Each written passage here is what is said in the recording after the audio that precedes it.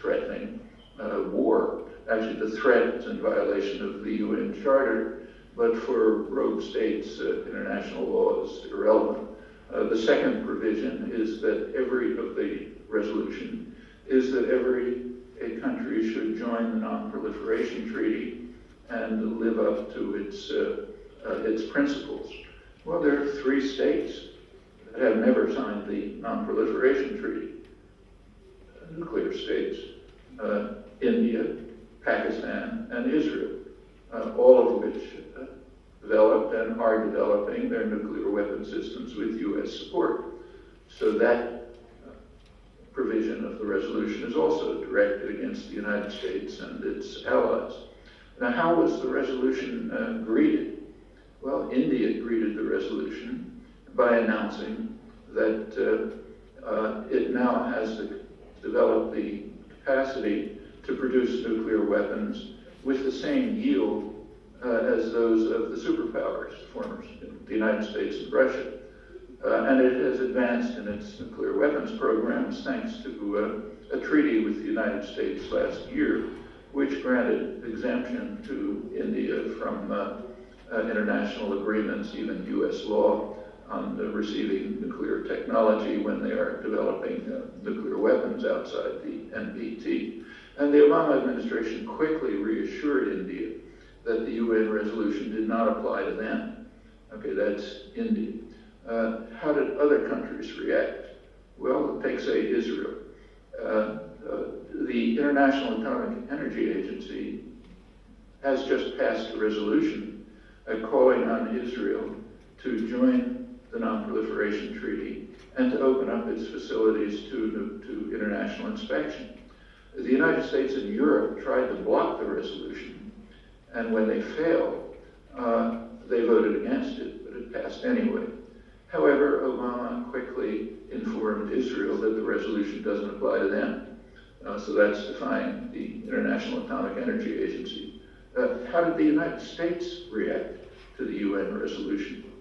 Well, in fact, a day before Obama received the Nobel Peace Prize, the Pentagon announced that it will, within months, it will deploy the largest weapon in the U.S. arsenal, short of nuclear weapon. These are what are called massive ordnance. They're 13.5 kiloton bombs, which are supposed to be able to penetrate deep underground through a huge mass of reinforced concrete. The program was started on Bush, but it languished. As soon as Obama came into office, he ordered that it be accelerated. It has now been accelerated by 3 years, and it is now to be deployed. And everyone knows what it's for. It's a threat against Iran. So that's the U.S. reaction. But notice that this is not concealed. It's not like Iran, which is accused of concealing its weapons programs, maybe correctly, maybe not. This is entirely open, more or less. I mean, it's in the public record, but it's not reported.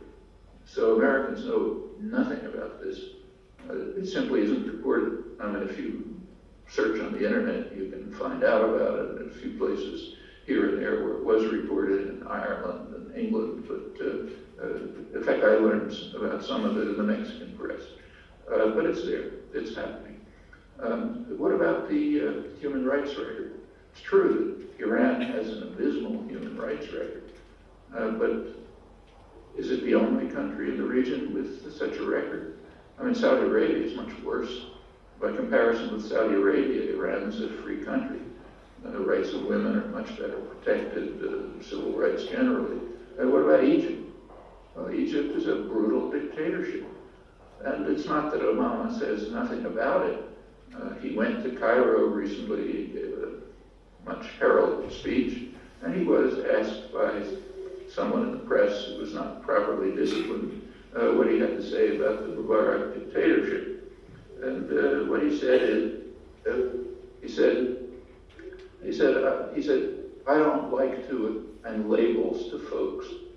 Okay, so I won't say that he's authoritarian.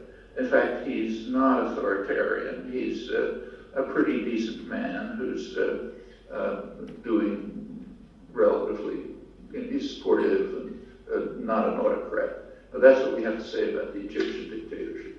So Iranians rightly ask, how, I won't even talk about Israel, how much hypocrisy are we supposed to accept? What about the missile systems? Much debate now about the reconfiguration. All of this intense debate scrupulously avoids an extremely obvious point understood by every strategic analyst. Suppose that Iran had missiles and nuclear weapons. Would they be a threat to Europe or to Israel or to the United States or to anybody? I mean, if Iran even as much as tried to load a missile, the country would be vaporized. And the ruling clerics may be harsh and brutal, but they've never exhibited a death wish or a wish that the country that they own should be wiped out. And that's, of course, what would happen. U.S. intelligence estimates the chance of Iran using these weapons if it had it at maybe 1% or less. So if Europe is interested in defense, they would do better to set up defense against asteroids. There's simply no threat from Iran, even if it had the weapons. It may be developing weapons, we don't know. But if it is, it's a deterrent. And the missile system, the anti-missile system, as everyone knows on all sides, anti-missile systems are a first strike weapon. They're not, if they ever work, they're not intended to block a first strike. That would be impossible. But they might conceivably block a retaliatory strike. That means they're a first strike weapon.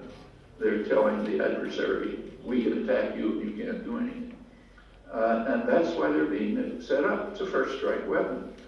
And it's understood. It's understood on all sides, and it's quite transparent. But that's not what we're allowed to discuss. We're supposed to discuss the awesome Iranian threat to our existence. Is Iran an aggressive state?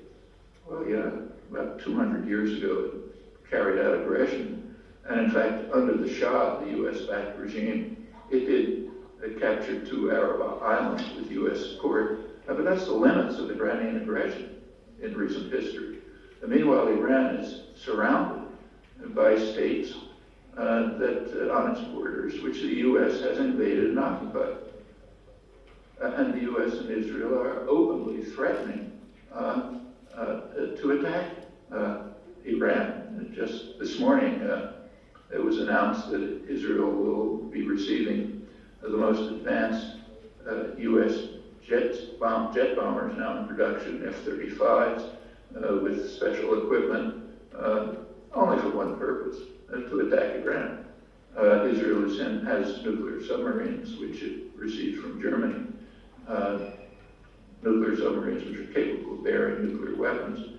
They are very ostentatiously being sent through the Suez Canal with Egyptian support and moved into positions where they could attack Iran directly without crossing airspace. And that's a signal to Iranian intelligence that if we want to, we can attack you and destroy you with impunity. So it was aggressive. This says nobody wants Iran to have nuclear weapons, or in fact, and the regime is doubtless brutal and repressive. But the picture we're being presented with under the Obama administration is sheer deceit at every point. And this is normal. I don't particularly blame them for it. That's the way great powers function. What may be a little different in this case is large-scale illusions. I won't go on, but pretty much the same is true in Latin America, Southeast Asia, elsewhere. We can perhaps discuss these things as you wish.